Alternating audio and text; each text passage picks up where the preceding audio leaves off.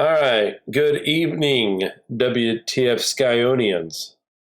Is that how it goes? Oh, Jake Riley, you just took over WTF Sky. WTF You Skyonians. just stole WTF Sky from Mari. Somebody's jealous. I don't know what your problem is, but knock it off. I'm just kidding. No, it's good to be back on the channel. It's good that we're talking and doing live stuff again, and probably creating content, I assume, as well. Political season may or may not come. Mari, there's all kinds of videos we could make. We could make a lot of videos about these political leaders. I mean, excuse me, Corona. I hope you don't have the Corona, Jake. I wanted to get quarantined for over 14 days. Yeah, we should be good. I'm having terrible allergies, seasonal allergies here, folks. But I wanted to get your take on. Now, me and you have watched both sides of this. All right, we see it from the standpoint of the Democrats and the Republicans. So, in your opinion, based on what you're hearing from the governors and what you're hearing from the presidents, do you feel like everybody is working together the way we should be? Is it getting there, or is it there, or is it as good as it's going to get? I think it's as good as it's going to get. I don't think anyone really truly wants to get along, but they are sort of in a position where they do have to suck it up and deal with it. But like with any relationship, things tend to break down and expose their ugly heads, I guess. Like it seems like there's a lot of back and forth banter. You know, one day Cuomo saying, or Trump saying Cuomo's not doing enough, and then the next day he's saying he's doing a great job, and then the next day he's asking this, and it's a lot of back and forth, and it's really hard to follow. And I have my concerns. I try to be objective. I hate it. Like, I get ridiculed a lot, especially recently, about my opinion with how the Trump administration has been handling this particular issue. But I voted for Trump. I'm not being like this crazy Democrat, trying to pick on him and stuff. I'm just saying we could have done things better. Absolutely. And don't die, Jake. So with this coronavirus, I think what people need to grasp is it's the unbelievable is now our reality. Like, you need to believe it. Believe the unbelievable. It's taken a hard. I don't know.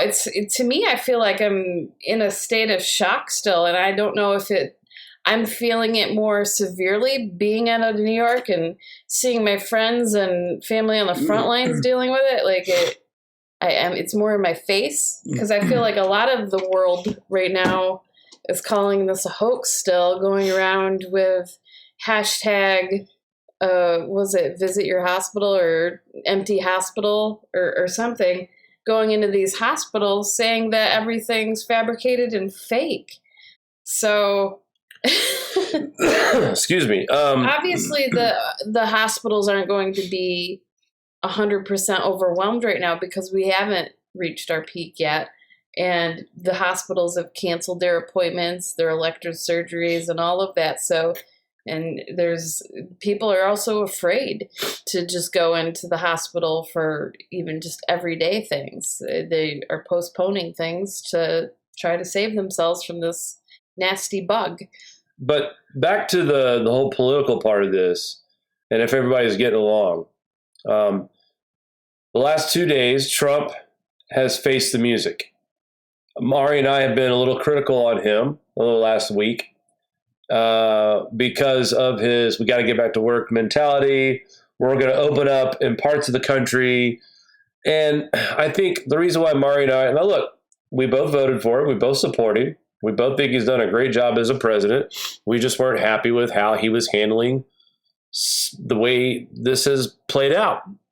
And then Sunday and Monday, it's like Dr. Fauci said, look, you don't have a choice in this. There is no way in hell that we could think about opening or relieving some of these restricting policies anytime, at least the next 4 weeks. And another thing, too, I think that hit home with Trump, he actually has a friend that's in the hospital for this in a coma right now. So, and then the sobering images from the Elmhurst hospital.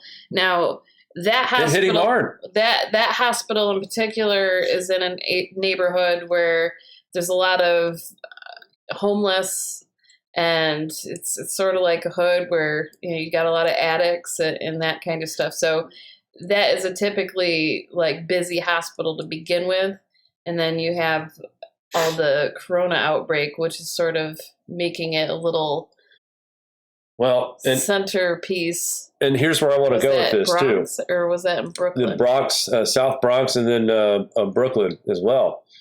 But what I want to see happen is Trump is now understanding that this is serious. In the last 2 days, he has been all business and all hands on deck and has gotten things going. I mean, let's give him credit. New York's got that naval ship. California's going to have the other one. A lot of things are happening in the New York region. Now, what I would like to see happen from the left is stop bringing up he should have acted sooner. He should have done this. He should have done. Yeah, well, he didn't. And the fact that he's on board now, which I agree with you, 30 days ago would have been nice. 2 weeks ago would have been great. But he's on board now, and I think he understands that if we don't do it the right way, right away, we're going to drag this out. In other words, this could go on until October if he wouldn't have made the decision to shut it down for 30 days. And I'll tell you right now, he's probably going to extend it another 30 days at the end of April. Realistically, guys, I mean, I don't see us going back to any kind of close to normalcy until the fall at earliest. Sorry, guys. I probably think I'm over here dying. I'm a little worried for you, Jake. Have you taken all your insulin? I did. Vitamins and all that? I took my insulin. I took, vitamins, allergy pills, you name it. I'm just a mess.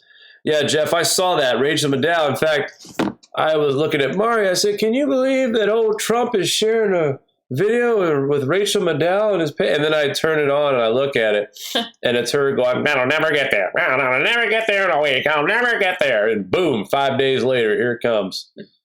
Now, it was supposed to be there in a month. So like I said, Trump is delivering. He's coming through now. I just wish it could have been at least 2 weeks ago that he was doing it. Because I'll tell you something, it's a tough pill to swallow. When you're an economic person, and trust me, guys, he's got the biggest heart-on in the world right now with the economy going the way it was. He was winning. He was winning everything. The Democrats were trying to find a real candidate to go up against him. I mean, he was winning. So it's hard to believe that something that you can't even see unless you're looking at it in a microscope is tearing your life apart, basically.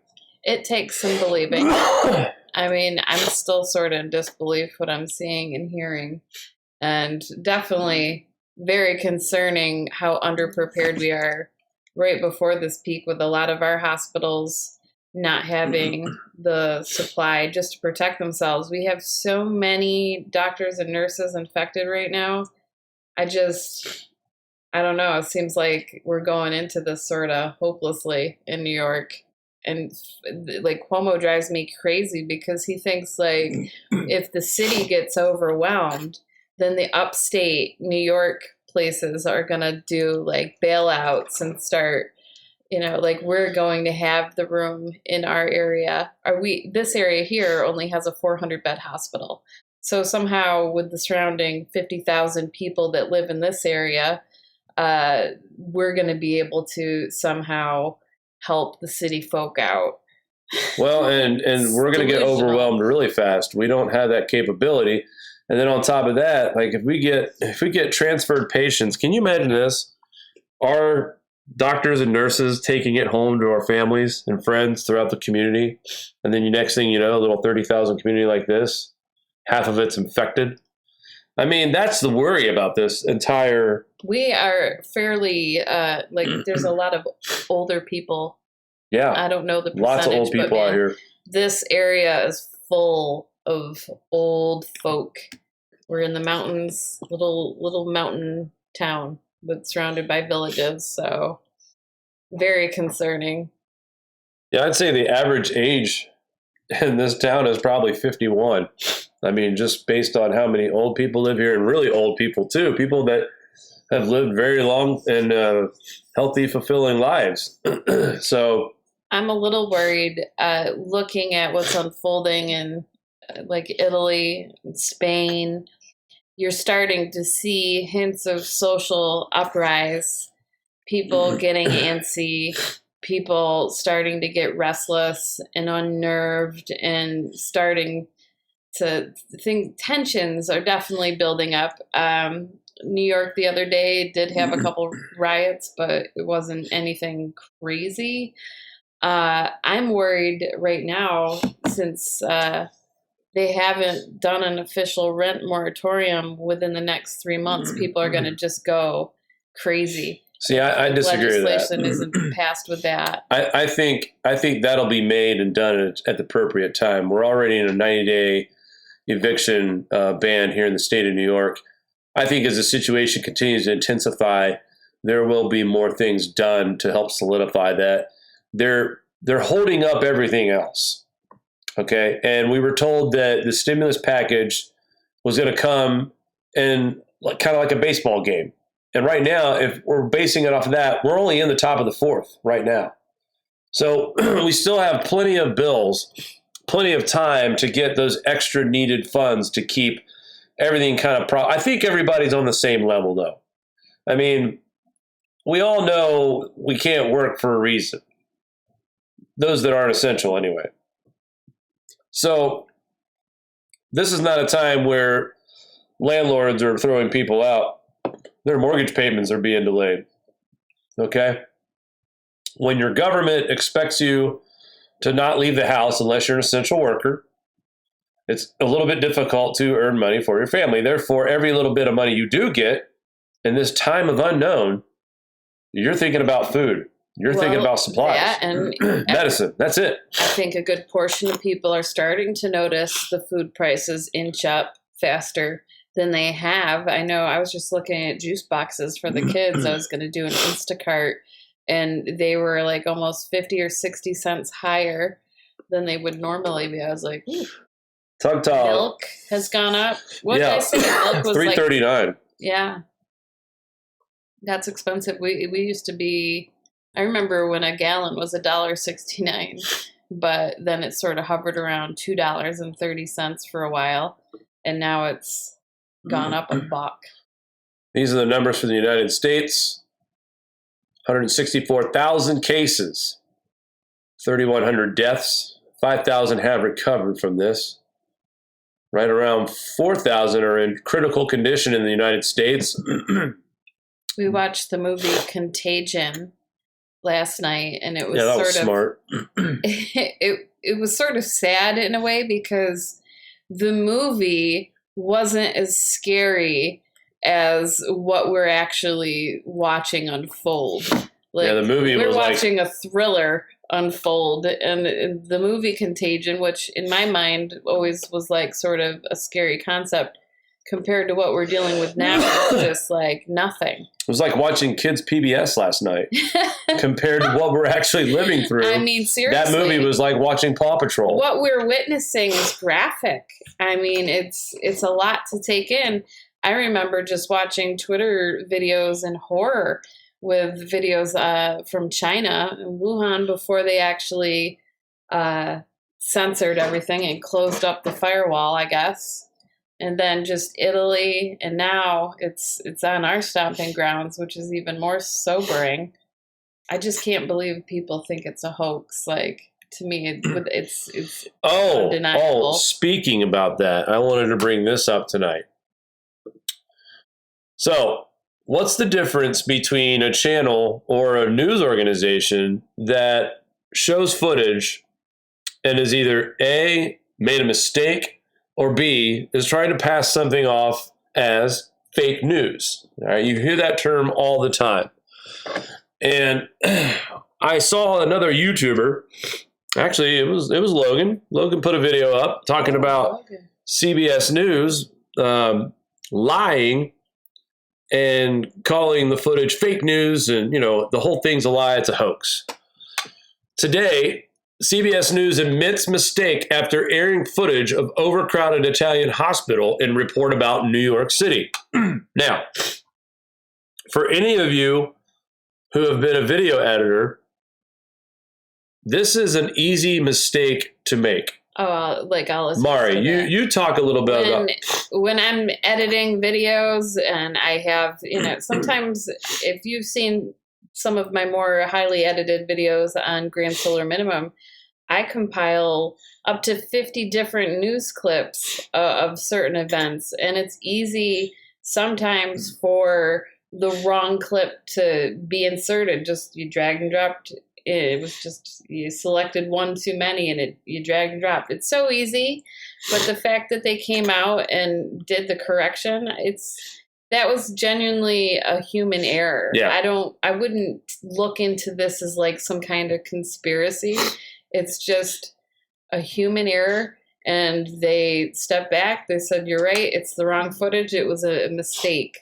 So take your tinfoil hat off, people. Well, and Logan, I'm not doing this to to embarrass you or call you out by any means, but I want you to think about this before we make videos that talk about how fake everything is. This is, to me, I believe CBS News because they admit they made a mistake. I've made videos myself, edited videos, and took the wrong footage from the wrong time and date and put it in a video that didn't belong. I've done that before. It happens. So I think what's more dangerous, and the one thing that made me realize this last night in the movie Contagion, there was a character, and he was an independent journalist. He was telling people in the movie that he had the cure for the spread of this disease. And he had 12 million listeners, and the government was really worried about his influence. And, he was a danger to society because he was trying to convince folks to not take the vaccine for this virus. And this movie shows a timeline of over a year, like, God, we need the vaccine. We're not going to survive this virus. We have to have the vaccine. So the government's big concern with this individual in the movie was that you're a danger to society. You don't know. You don't go to school for this. You're not an epidemiologist, whatever you call it. Epidemiologist. You're not a scientist. You're not a doctor. Those are things by you trying to incite the wrong idea could be dangerous. So what I'm proposing is that we report the news as it's being reported to us. In other words, if you can find news footage of it on all the major news coverage channels and some independent journalists, chances are it's really happening. Now, I can't speak to what's happening in your neck of the woods because I don't live there, but I live in New York. And I can tell you right now, with the friends and family that we have up here that work in the health industry and have friends that live in New York City and know people who are sick and in the hospital, this isn't fake. No, I can't imagine. All right, so I have my childhood schoolmate from all the way back in elementary school. She is a nurse in New York City, and she's dealing with this firsthand. She's telling people, listen, this isn't just fake. They have these floating morgues, I guess, just outside Staten Island.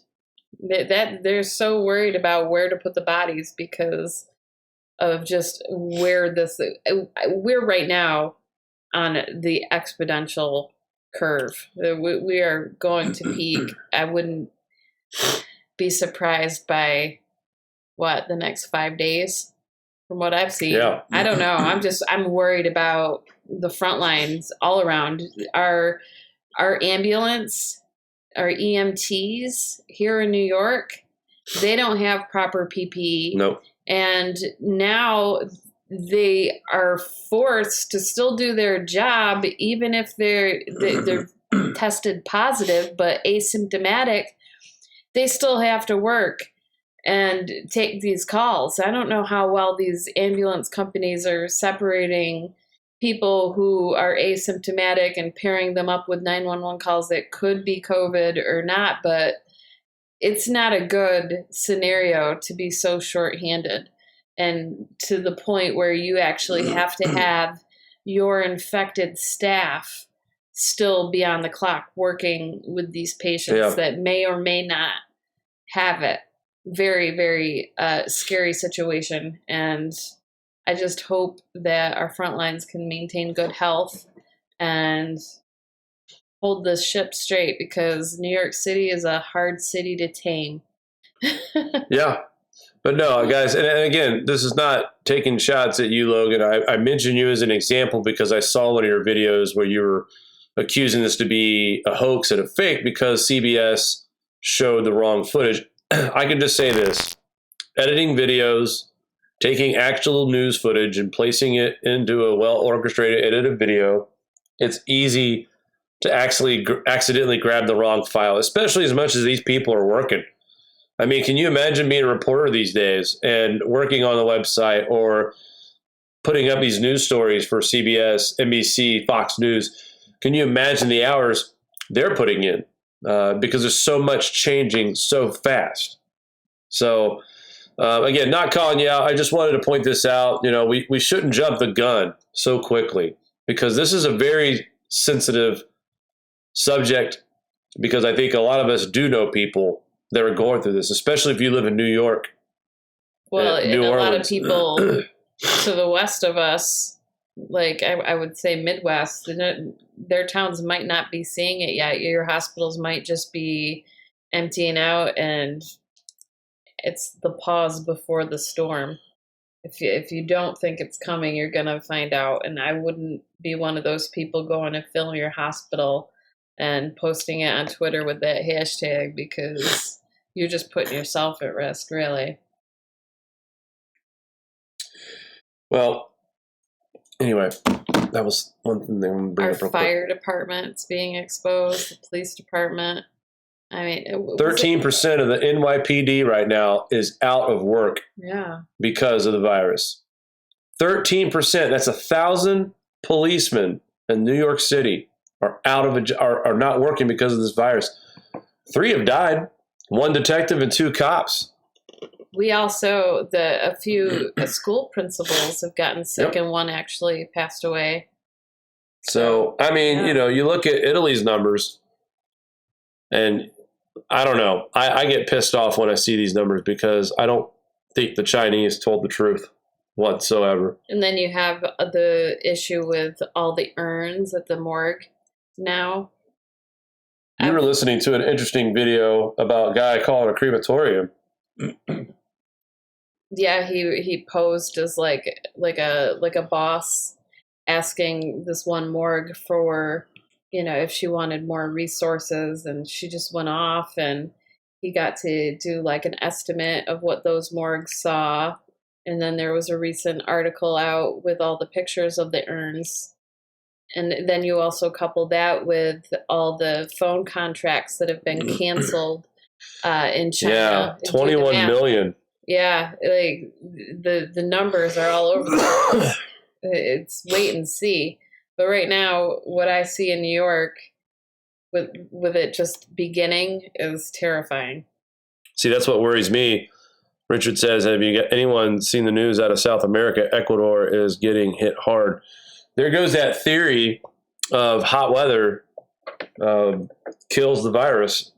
I mean, that's Central America. That's, you know, pretty warm climate down there. So you have to worry about this lasting through the summer and then firing back up even more by the fall. It doesn't seem to me like it's that temperature sensitive. No.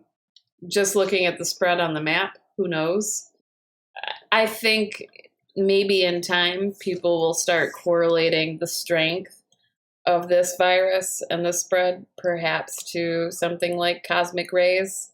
There is a lot of research out there. It takes some digging that correlates cosmic rays and disease. It has the ability to alter DNA and molecular structures. So here's another clip I wanted to bring up for you guys, because I really feel like it's important now that we put a politics to the side and stop pointing the fingers, taking credit, or anything like that. This is a time of unity, and a real leader does not have to talk about his own accomplishments. And I want to play this little part here, guys, just to kind of prove my point. Mr. President, you just mentioned the governor of New York. That, of course, Andrew Cuomo. There's been some speculation that because he's handling the coronavirus threat here in the New York area the way he is, I just saw a poll this morning. His approval rating on handling this is in the 80s. There's some suggestion that, wouldn't he have been a better candidate for the Democrats than Joe Biden?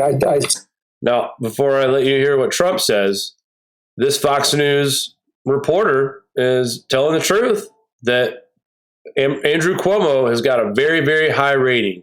And I'll tell you why after we hear the president's answer. I saw the New York Times editorial to that effect yesterday. What do you make of that kind of talk? Well, one of the reasons his numbers are high on handling it is because of the federal government. Because we give them ships and we give them ventilators and we give them all of the things that we're giving them, Steve. And, we're giving them a hospital, we're giving them 4 hospitals and 4 medical centers and all of the things that we've done. So, I mean, one of the things that I think he'd admit this, one of the reasons he's been successful, if I said, no, we're not giving you 4 hospitals, and we're not giving you 4 medical centers, and we're not sending you a ship, that he's got a whole, and we didn't give them thousands of ventilators, by the way, and millions of masks, because we've sent them a lot of stuff. Well, one of the reasons he's successful is because we've helped make him successful. Now, if he's going to run, that's fine. I wouldn't mind running against Andrew. I know Andrew for a long time. I wouldn't mind that, but I'll be honest, I think it'd be a better. All right. What really disgusts me in this is that being a New Yorker, I don't like Cuomo. I don't like his policies. I think he's a nut job when it comes to politics. I don't agree with anything he says politics. But his daily briefings, he puts together a slideshow. And guys, scripted or not, he's got his shit together when he goes on the air. He knows his facts. He knows the numbers. He tells it how it is, whether it's a good day or a bad day. On good days, it's better to watch. On bad days, you can tell. So this guy, in my opinion, out of all the governors I've seen talk and brief, this is the only person in the entire United States of America that puts together daily numbers, that talks about where they are in the process of getting these hospitals built, where are they in the process of getting extra beds, where are they in the process and how much and approximately when and how about ventilators, all of it. Cuomo, again, I don't like his politics. I don't support him. But to me, by President Trump taking the credit for a Democratic governor's approval, guys, you got to see the weirdness in that.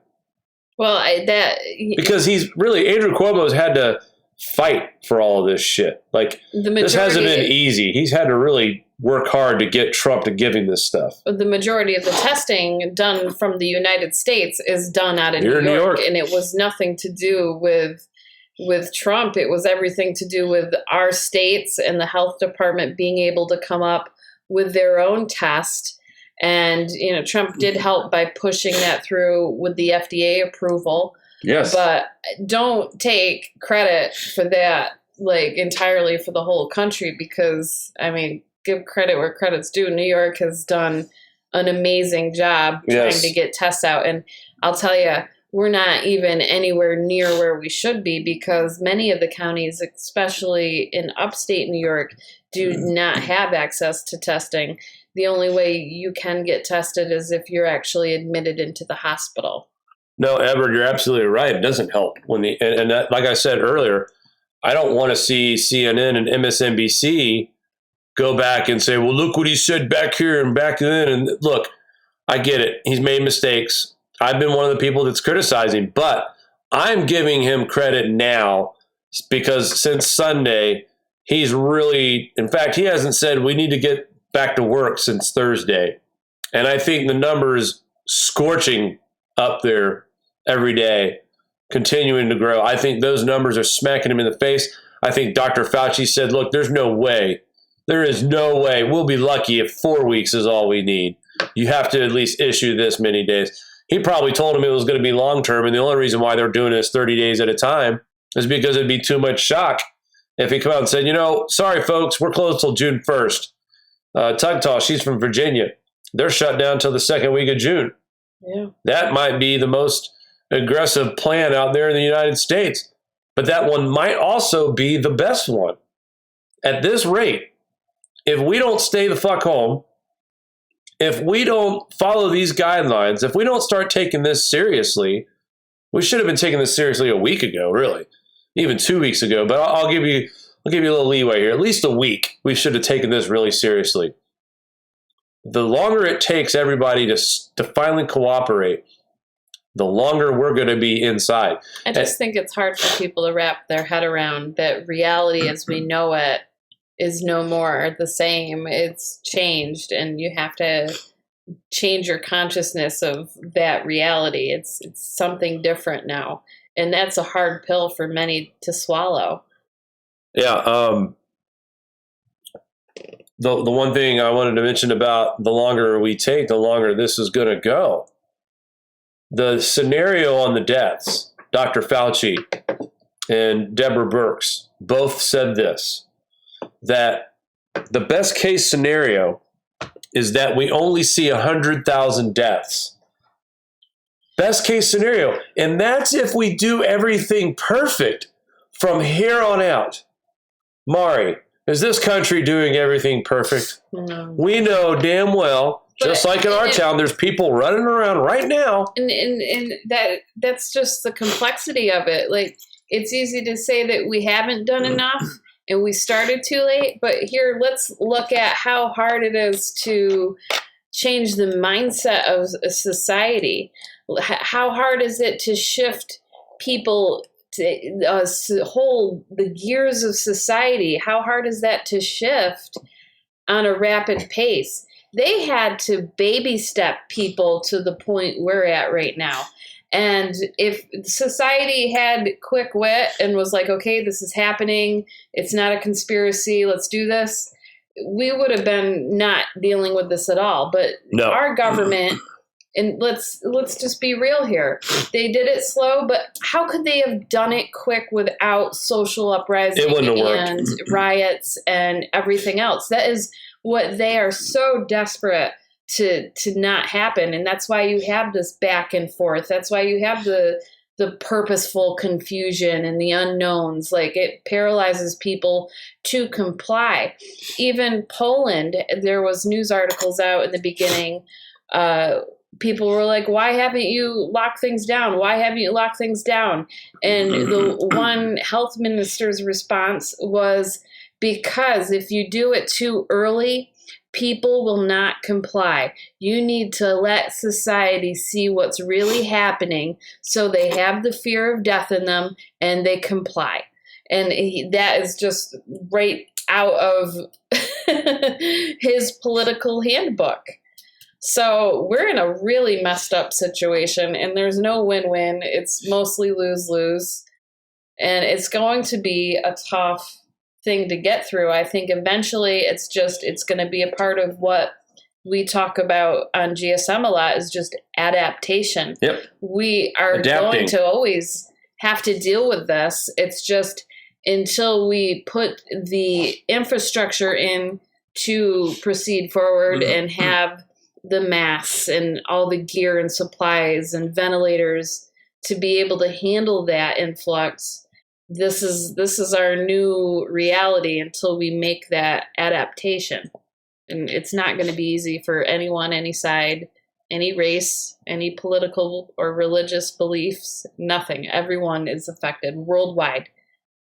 Unless you're like wearing a leaf around your pelvis in the jungle somewhere. It's a part of a tribe. Guys, I know I sound like crap right now. Trust me, I'm not sick. These are my seasonal allergies. This is the worst time of the year, this and the fall. So believe you me, at least I hope not anyway. I don't think it's COVID, but it better I would know be. the difference. This is You definitely allergy let me related. feel your forehead. No fever. You have a hat on, so no fever, no cough. Up, Jake. Oh, no. You're not. No, you haven't. It's been over 2 weeks. Come on. Good thoughts.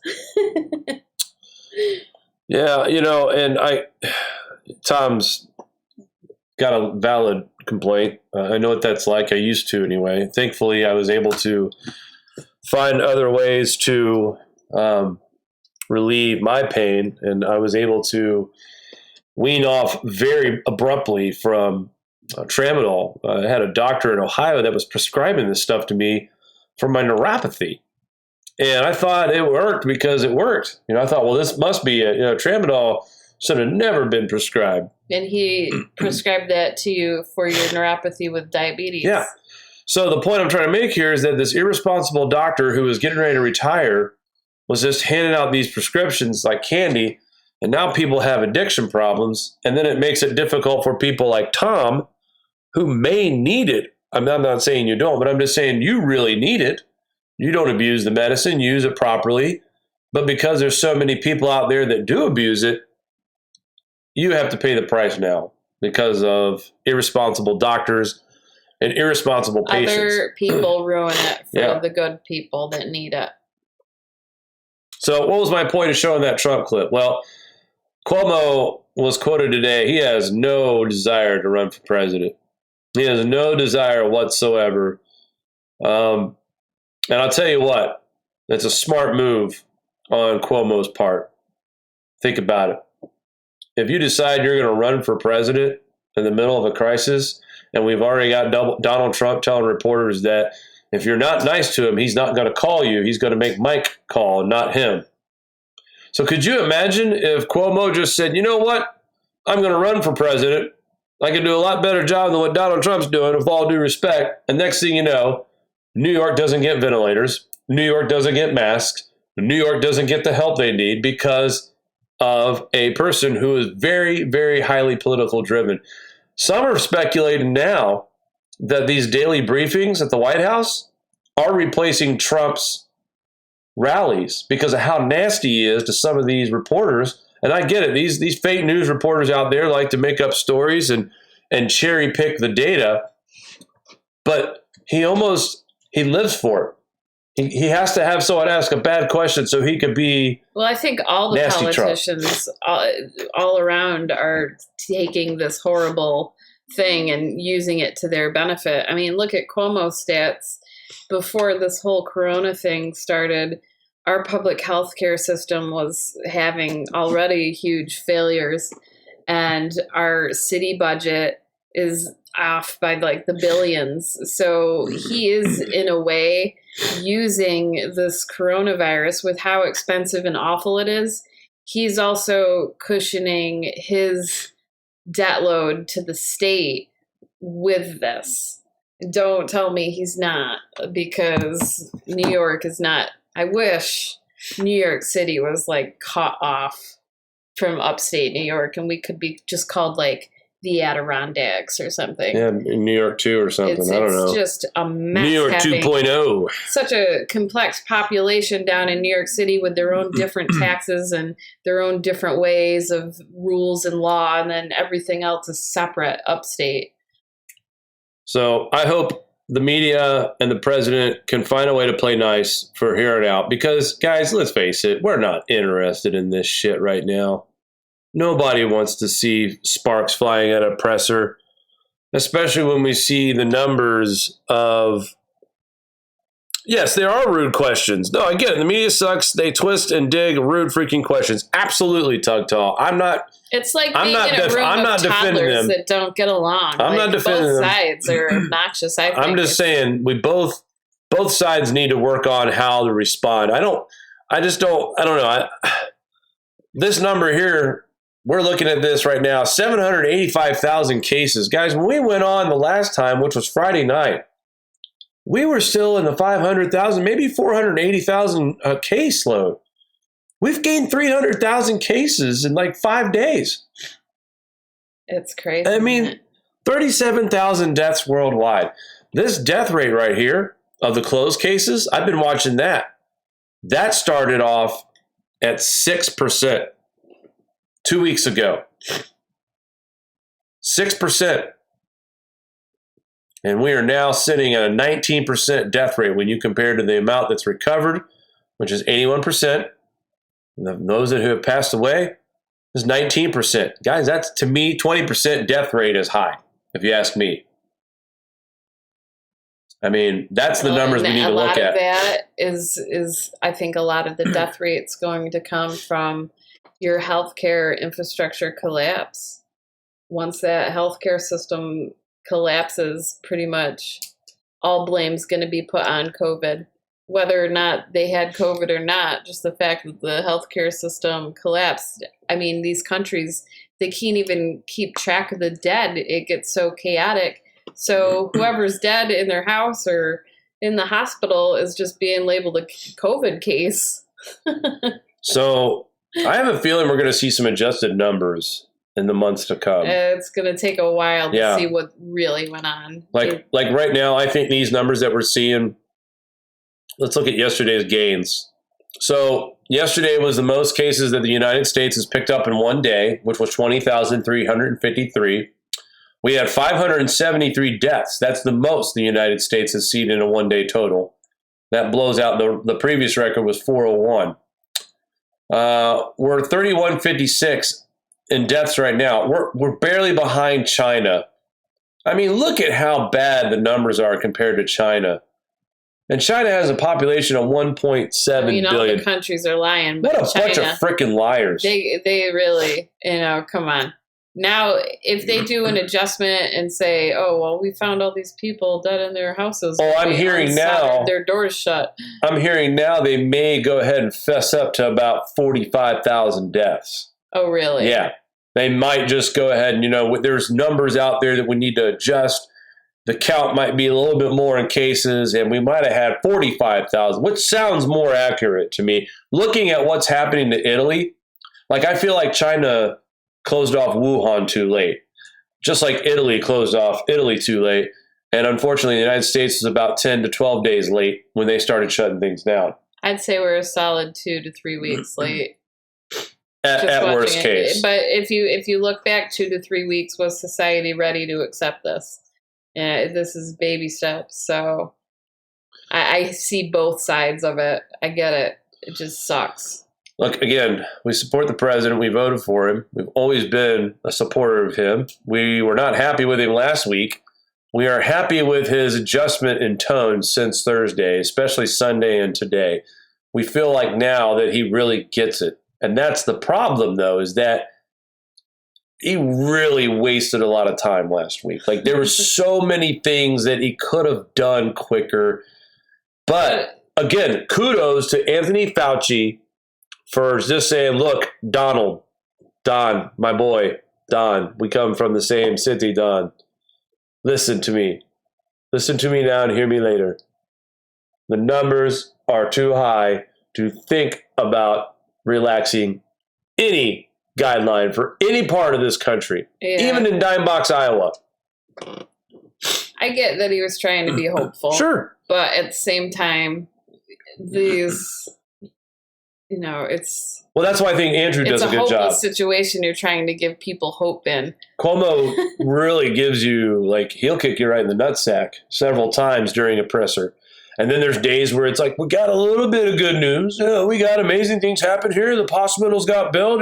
Our doubling rate is now every 6 days. That is good news, by the way. I don't know. But... I'm so sick of all these politicians now. Wait until we ramp up the testing. Now that we've got the new front of the nose swabs with 15-minute results, we are going to see millions of people tested. Folks, the numbers that you're seeing on your screen right now, the United States is going to blow away everybody. everybody. And it's not because there's more sick people here.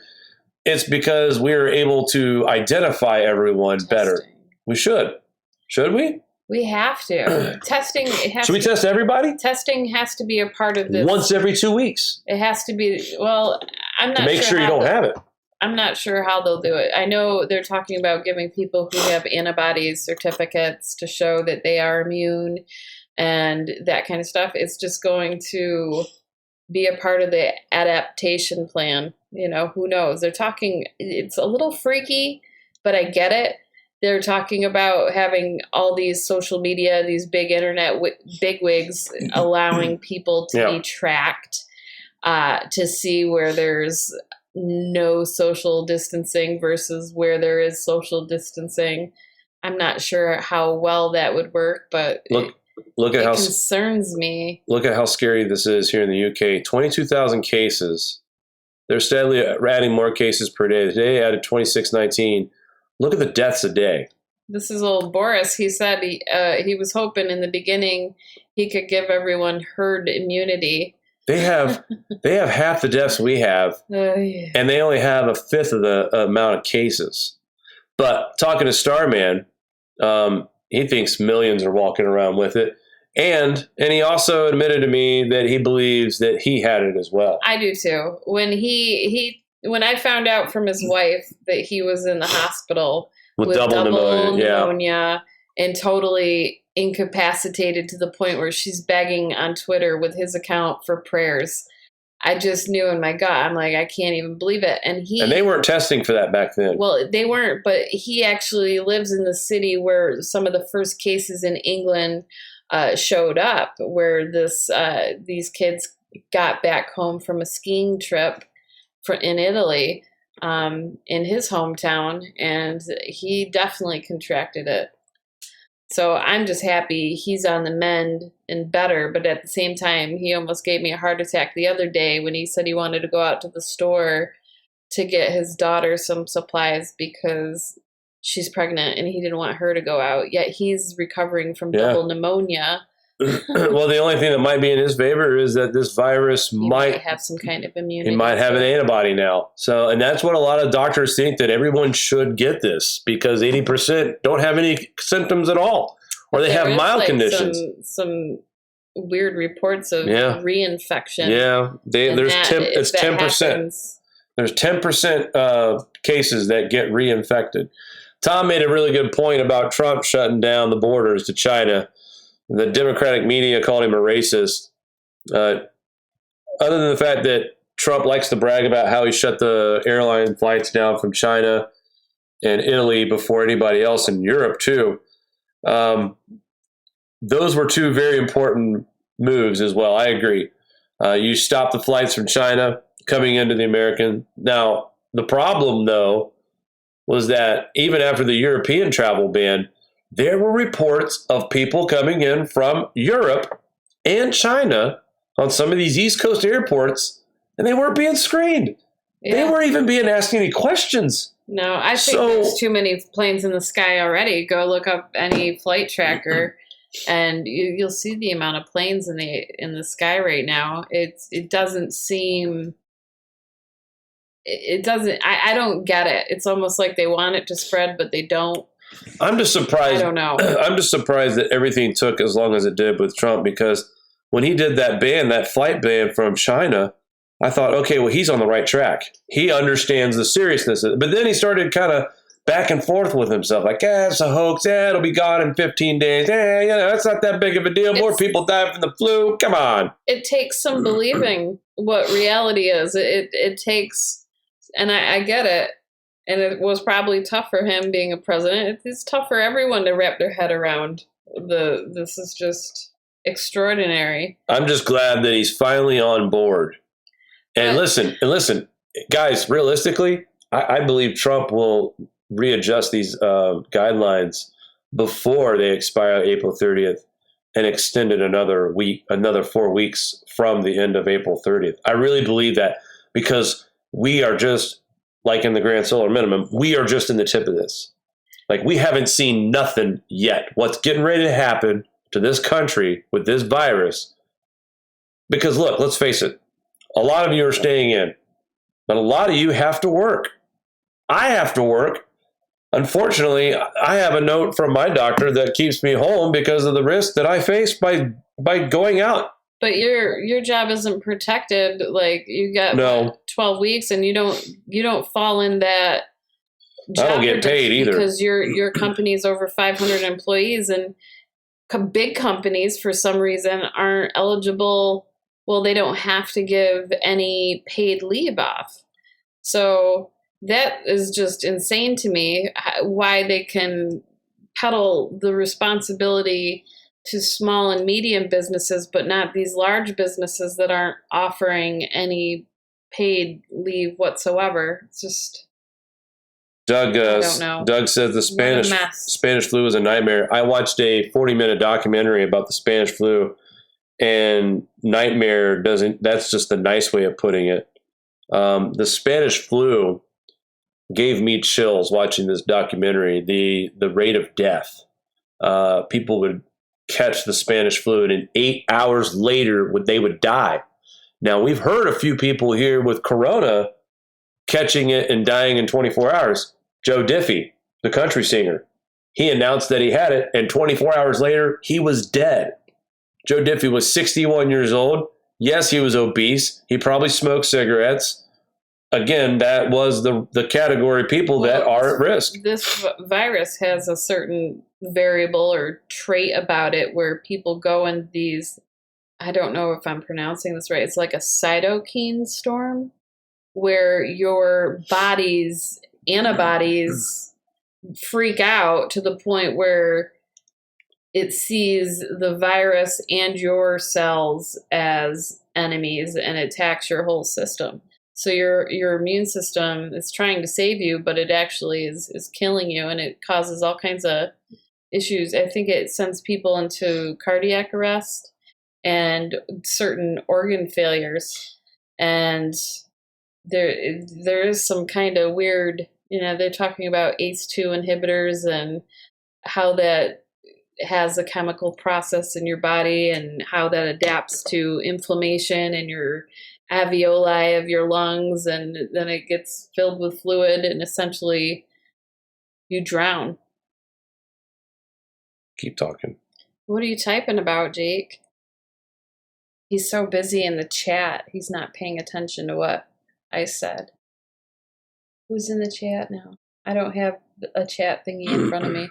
Well, and I'm responding to Tom real quick, and I get it. He's saying that we had some New York City mayors and New York City health officials telling people to go to a movie, go to the parade, go do this. And this was back on February 2nd, February 3rd. I think everyone was saying that. Look, Trump was saying it. Trump was saying it. Everybody was saying it. Everybody's like, this is ridiculous. It's just the flu. Knock it off. You'll get sick. Wash your goddamn hands. That's how people were acting when this first came out. Now, I'm telling you right now, I felt like Mari and I were on a fucking island by ourselves. I felt like I was going crazy. Because we've been talking about this since mid-January, back when there was only 226 cases in China. Just the flu? Just the flu? Like, my Facebook profile is probably full of it. If you scroll all the way down my Facebook profile, it's just me, like, irate. Like, tell me it's the flu. Quarantine several billion people. It's the flu. Of course it is. Let's shut down school for the rest of the year because it's just the flu. A lot of people that survived the Spanish flu era. There was a guy that's 101 years old who got COVID and beat it. He's alive. He recovered. And I'm thinking to myself, the antibodies that he has from the Spanish flu, he's probably Makes invincible. You wonder, doesn't it? He's not going to die from no stinking COVID. That's for damn sure. If he survived the Spanish flu and then survived COVID as well, he's got something. In fact, that man's blood should be taken from and studied. Yeah. There's got to be some kind of antibody that they could use from this man's blood, because that's just, Tom was saying his grandfather lived to be 96. He was born in the late 1800s. He was accidentally given too much IV fluids, and that's what killed him at 96. Oh, wow. So again, he survived the Spanish flu. People that grew up in that area and got over that illness, I'm telling you, you've got, super energon, antibiotics to be able to pull through that and then go through another situation like COVID. 101 years old, the man's alive still. So I don't know. Maybe looking to the positives, maybe this event, depending on how, I don't know how bad it's going to get. I'm fearing the worst, but I'm hoping for the best. But perhaps it will humble society enough and soften society a little bit to maybe not take everything for granted so much. Perhaps I doubt it. Perhaps making the entry into GSM a softer landing because people are more conscious and are making smarter choices to fend for themselves a little bit better and, plant a garden. The thing provide is, for themselves. and you've always kind of said this too, when, it's just like when you tell your loved one when they leave the house, honey, drive carefully. I don't want you, don't get into a wreck. It's not that you're worried about your spouse wrecking the car. It's the other assholes around you that you're worried about wrecking the car. I'm plugged in. Oh, you unplugged my phone. And the point I'm trying to make with that, damn it, Mari. You threw me sorry. off. What the hell was too I much. saying? You're doing too much at once. What am I talking about? Getting into a wreck. Not taking things for granted. Honey, drive home safe. Okay, so yeah, you're worried about other assholes wrecking your car. And it's kind of the same way here with this virus situation. We already have YouTube videos of some of these thuggish, ruggish, Talawundian looking Buffalo ghetto fabulous white boys walking around a grocery store talking about how tough he is and how weak you are because, this virus will attack you. And I'm going to walk around. I got COVID, but I'm not going to let it change my everyday life. It's punk asses like that. And people who cough on Walmart workers. I've seen several videos of that. What the hell is wrong with people? It's considered now terrorist. Threatening things like that is considered an act of terrorism. That's what they're pushing for. They're trying to push a law through. The DOJ is trying to push a law through that kind of activity being an act of terrorism. Because it is. I mean, that's not cool. 3 or 4 weeks ago, it's all a blur now. It really is. I haven't really left the house.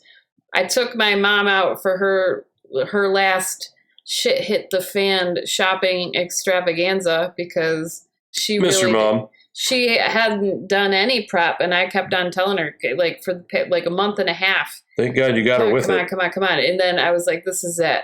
This is your last chance to go shopping with me, and I'll load up my car, everything, take you, help you pick out stuff and everything. And the stupid cashier was like totally hacking in my face. I was just like, ugh. When you told me that story. How dare you? I'm prepping for this shit. Why'd you cough in my face? And I don't know if she got me sick or not, because that was when we both fell sort of sick. We had headaches. We had a really bad week that week. Stomach issues, and we had a really tough week in bed, just headaches like you wouldn't believe. It was like a migraine that wouldn't go away for a whole week. It was really awful. But Matt's saying you can't find antibodies until someone beats it. Well, that 101-year-old, like I said, he's got to have super antibiotics. He beat the Spanish flu and COVID. I mean, seriously, they need to find where he lives and give him a Medal of Honor to be able to survive those two deadliest outbreaks. Not only did he live through one, but two potential pandemics, wiping out a large chunk of populations. So we'll see what happens in time.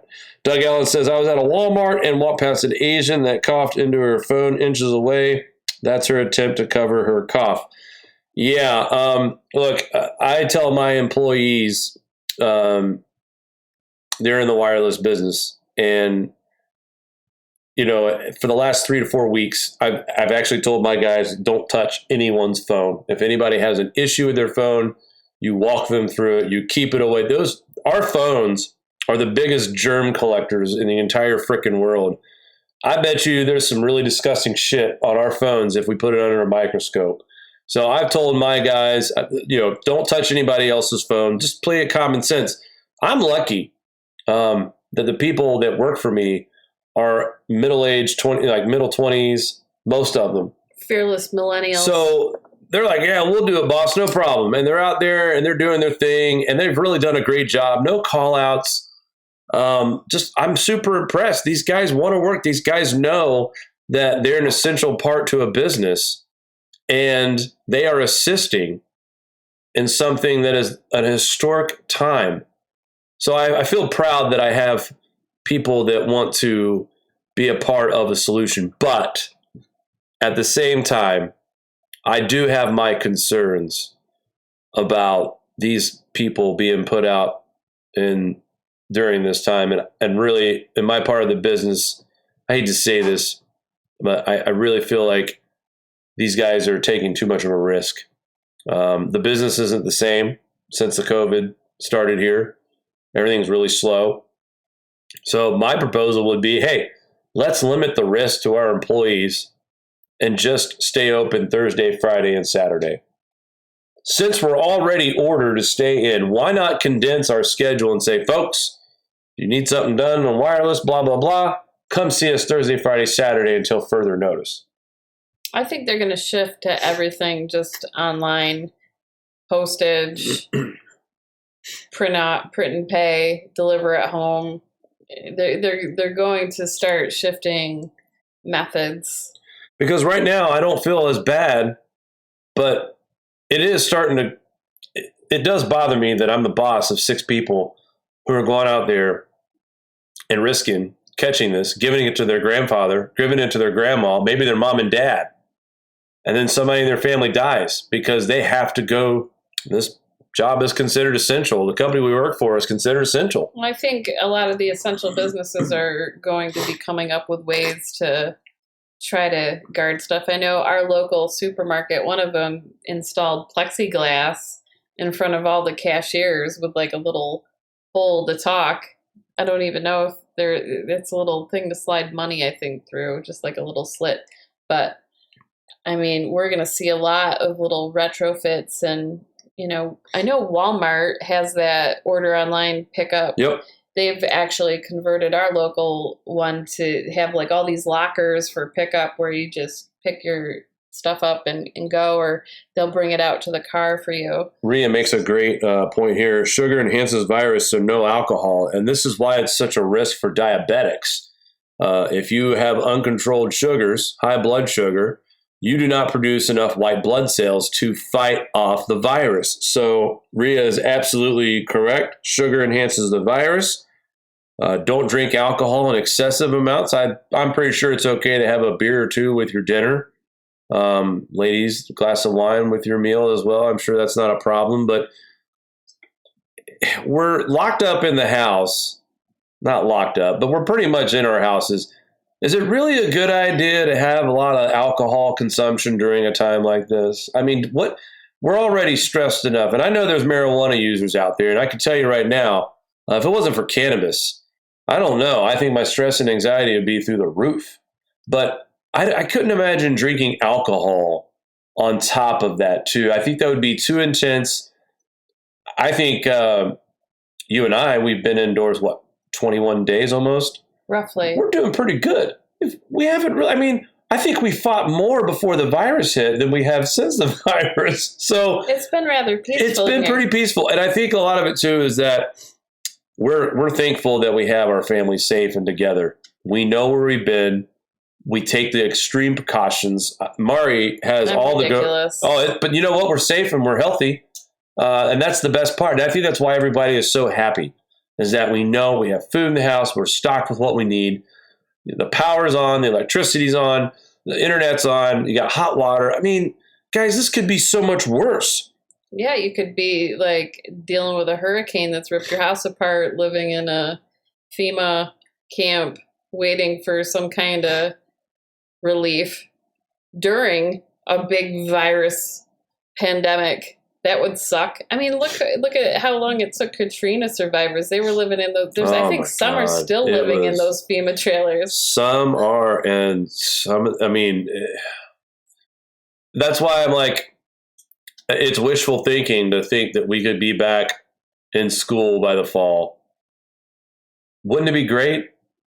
Watching college football on Saturdays next fall and watching NFL football on Sundays and just go back to work, and they've got therapeutics for it. Not as much people are dying from it. People are still getting it, but we're not seeing cases in the hundreds anymore. It's in the teens. It's in the 50s.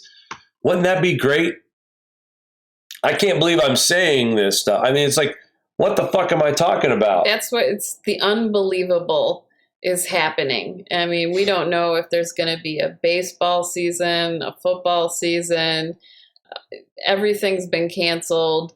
My little girl was devastated. She was supposed to be dancing in the ballet Coppelia for their spring performance for the ballet theater here, and they had to cancel it. It's taking some believing what drastic measures we have to take to try to control this. And I haven't seen my mom in weeks. Yeah. It sucks. Everybody's making a sacrifice right now. My mom works still. She's an essential worker creating medical supplies. She has no choice.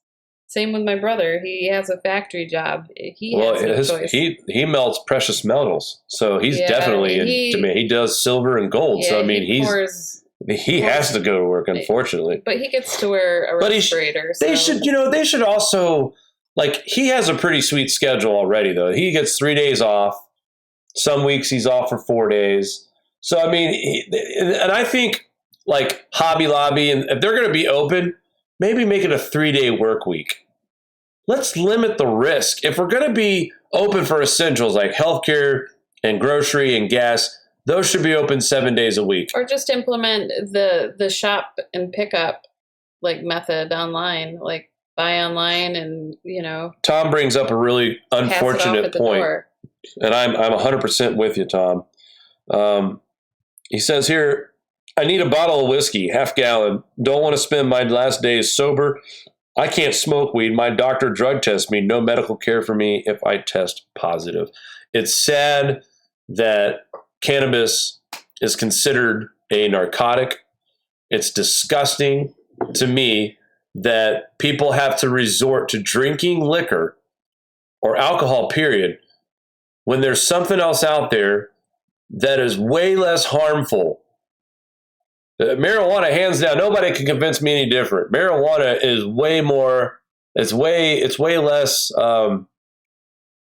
there's not as many factors on your body. It doesn't take a toll on your liver. It doesn't take a toll on your organs like alcohol does. And Tom, I feel you, brother. That's insane. Natural cure. It is. It's a natural herb. It's just like with any other natural supplements or anything. It's just not profitable for the pharmaceutical industry to pull any revenue from. Like what is it called? The COVID cure. It's failing my memory. The hydroxychloroquine? Yeah, or something like that. Whatever that pharmaceutical is, it's supposed to be good for COVID.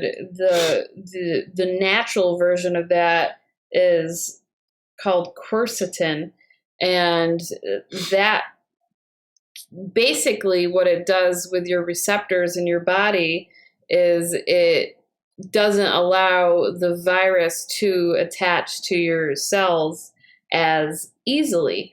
And you can get this stuff online. I don't know how much longer you're going to be able to get it online for, to be honest. The chloroquine?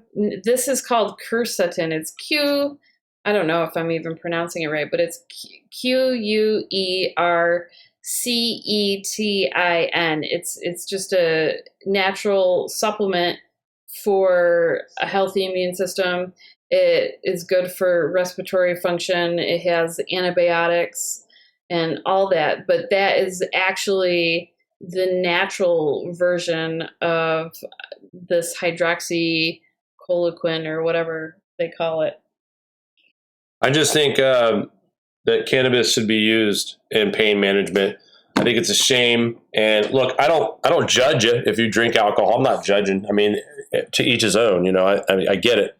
I'm just saying for the more natural way of pain reliever and a less addicting style, and And you don't have to have that therapy through THC. It could be done through just CBD. Well, yeah, the CBD, and CBD is good for certain things, but there was one other user in here.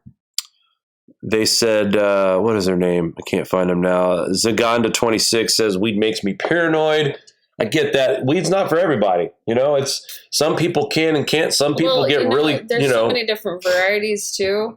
Like some depending on what strain you have, it'll be one way, and if you have another strain, it's just like the strains themselves serve different medicinal purposes.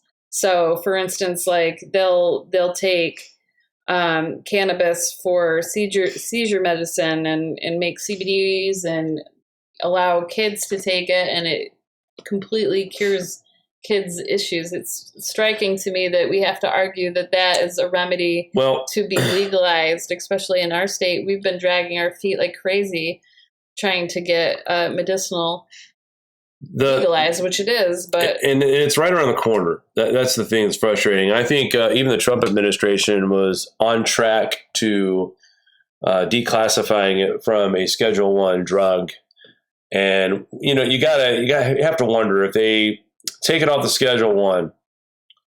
Are pain management clinics going to test you for marijuana? And okay, so because alcohol is legal. And I know a lot of you out there would agree that marijuana effects are way less than drinking a 12-pack of beer. Smoking one joint is way less harmful than drinking 6 beers. So, and it's less addictive, and it doesn't kill you. There's 0 marijuana overdoses in the history of marijuana usage. I think they did do a test about how much weed would kill you, and you have to smoke 1,500 pounds in 15 minutes, and that would kill you scientifically. They haven't actually proved that theory, but they think that if you smoked 1,500 pounds in 15 minutes, that you would die. I don't know. I don't know either, but that's my point. It shouldn't, especially during a time like this. Like I said, thankfully, I'm able to have something that calms my nerves during a high intensity stress time like this. And I think everybody should have something to get them through, whether it's alcohol or marijuana. I've been craving a glass of wine or some champagne or something, but I haven't drank since our wedding date. I don't know if I want to. So we're on WTF Sky, our wedding night. Boy, one day we will, I think we'll tell that story another night. Just if you want to know, sort of like Fear and Loathing, but not. It was beyond Fear and Loathing. It was beyond Fear and Loathing. I completely had my own language that night, hugging the porcelain god and poor Mari. Because as I am becoming more ill by the minute, now I think it had to do with the smell and the sounds that was coming from me that made Mari just as sick. So here you have 2 sorry sacks of Rileys in the bathroom at 3 in the morning. We raged. Puking our guts out. That's all we can say. We showed those whippersnappers how to party. We drank like we used to back in the day, Yeah, we forgot that we don't. Youngins, but we hadn't had a drink in like 3 solid years. Yeah, so we just like. Mari and I don't drink. So here we go. Now listen, this is how much of a lightweight. Well, wait. I'll tell you what. We drank 2 bottles of champagne before we left in a taxi. All right. Yeah, the taxi. Then we got to the bar. Comped us the ride. We each had 3 beers. Actually, I had 4. I drank the rest of your third one. Drank 4 beers. She had 2. We both had 3 shots each. Oh, he was making me do these buttery nipple shots. They were delicious, weren't they? They were delicious. Yes, so you're like welcome. Drinking like creamy caramel. So mixing the beer and the liquor, the champagne. I guess I get it. But we got wow. And then the next morning, I had to go to a wrestling tournament for my son, which was awesome. He had to be weighed in by 8 in the morning, and he didn't even start wrestling till noon. I'm like, I'm sitting in there watching the dream. Watching all these kids wrestle. It stinks in there like a bunch of sweaty asses. But no, that was a hell of a night. Yeah, he don't know, Matt. Matt, I drank 4. It was She like drank we 2. were mixing champagne with cider and beer and like this buttery nipple drink. I don't even know what's in a buttery nipple. Jake really likes Deliciousness. buttery nipples. They were fucking awesome. I don't care what you say. That was horrible stuff for a diabetic. Horrible I had stuff. to, like, But actually take the needle and like jab him she in the did. stomach. Actually, no. She did. I was begging for it. I said, go get the yellow pen. So it was a little bit of Pulp Fiction mixed in, I guess. Anyway. We'll always remember that though. Yeah. It was special. I didn't know. I thought I was going to die. And here's the funny part. I remember telling Mari, call the ambulance. And she's like, what? And I said, call the and like I kept telling her to do it, like, and I'm like, why isn't she calling it? I'm getting mad now, right? Because I you weren't mad at me. I was telling you I was dying, and I'm so glad you didn't call the ambulance because they would have showed up. It wasn't that bad. They probably would have took me to the hospital and pumped my stomach, and that would have been a hell of a. I tell you, I was messed up though, man. I thought somebody Bill Cosby me at the bar. It was definitely alcohol poisoning. Yeah. So we never drink, and we did, like, and we didn't like go light. We're so old. Pedal to the metal. Really, in rage. That's what it was. It was crazy drunk night. But that was our wedding night. Yeah. Oh, memories. So special. Yeah. Okay. So I think we're going to jump off here. It's 11:20 over here on the East Coast. Matt, I know it's still early for you, but you could probably go to your local Fox Sports channel and watch reruns of the Huskers running touchdowns right now. I don't know. That's what you're down to, reruns. I was listening to a 1976 rebroadcast of the Reds and Mets. Oh, I'm so just devastated a random game. The Walking Dead, we can't even finish the season out because they're not done recording it, and they're not going to. I feel so ripped off. Edward said, yeah, let's close on slippery nipples. Slippery nipples. Buttery nipples, but Buttery whatever. nipples. Who's paying attention? It's like something creamy and caramelly and very, like, deceivingly strong. One more time before we leave. Let's take a look at Debbie Downer. Any numbers? Give us some numbers. Nothing really to report, guys. Dr. This is overnight. Nothing really happens. Just remember 785 is what it was when you went to bed. This breaks it down state by state here on Johns Hopkins, their website, counties for New York. Yikes. Anywho, guys, it's not muted. It's you, Matt. Yeah, I don't know. Our mic is registering. Yeah, we're picking up. Matt's phone might be freaking out on him. You guys can hear us, right? Out there, Rhea, Tom Jones. You guys can hear us? Not unusual to be loved by anyone. What? Not unusual. Who wants Jake to get his guitar and sing next time we're on here? Oh, jeez. We'll have a kumbaya session. Come on, Jake. All the musicians are doing now it. You're going to scare everybody. All right, let's do it, guys. Longer show, WTF Sky. Jake. Yeah, I know. Well, listen, Doug. You can only talk about GSM for so long, I guess. I mean, maybe we'll do some longer live chats, but I think talking about coronavirus here on WTF Sky is a good idea to keep the mix separate. And not only that, but as much as Mari and I have spent reading bills, paying attention to what's happening in our political system, watching the medical side of this, watching, we're watching both CNN and Fox News Business. We're trying to get the version. So here's what we're getting so far. It's all bullshit. CNN is giving you the real life story. They're showing you the doctors, the nurses. But then they cry like babies. But then they hate Donald Trump. Yeah. So that gets annoying. And then you go over to Fox, and Fox, they kind of give you the facts, and then they start talking about money the whole time. It's like, let's not stress out about money right now. We're being forced to stay home, so I don't want to talk about it. And that's the way I look at it. Pelosi's bullshit with which is all funny. the little additives in her bill and stuff, which she didn't get. So, you have to stay on the fence. But if you watch both networks, or more than two networks, I feel like you get a better perception of what's Maybe we happening. should start a new news channel called Fence Sitters Network or FSN. There's all kinds of stuff I want to do on this channel that we can't do on Grand Solar Minimum. We're a little bit more loose lipped on this channel. Yeah, I said fuck twice. That's 3 times now. Oh my God, Jake. We don't care over here, I guess. I want to remain some kind of class. Edgy. Some kind of class over GSM. Edgy. Can't believe it. But, we already have foul-mouthed GSMers out there that do videos. Like a pirate. You talk like a pirate. Shut up, Jake. All right, that's enough for me tonight. Mari, you ready to go? I don't know why this mic is like blowing out every time you talk. Maybe you got a big mouth. I got a big mouth. All right. You know what? Okay.